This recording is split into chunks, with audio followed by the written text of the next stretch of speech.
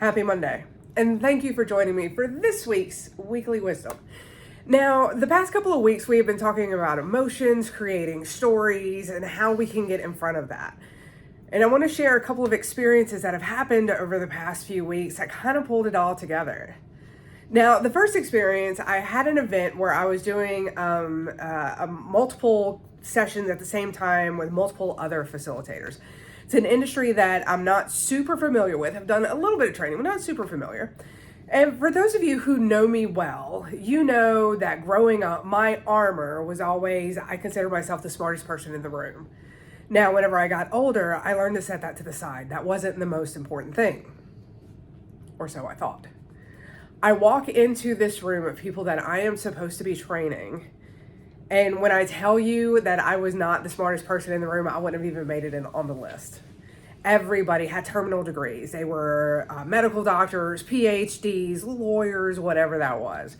And as they were talking, with it not being the industry that I'm super familiar with, it was like they were speaking a completely different language.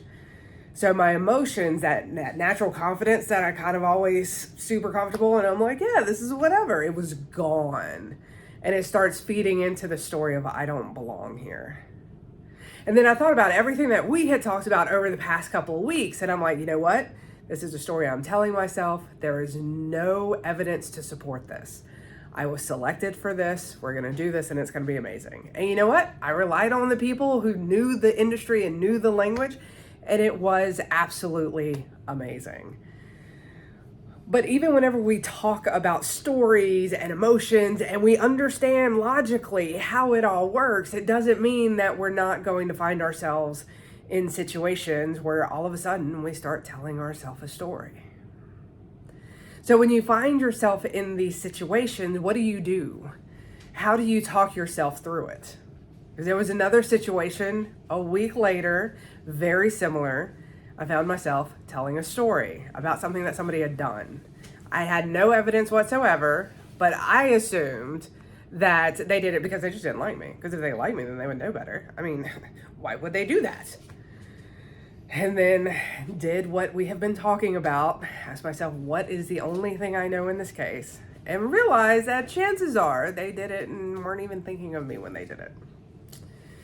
So remember, as we go through, logically, we understand emotions create stories. We control our stories. They feed into the emotions, like this cycle that happens.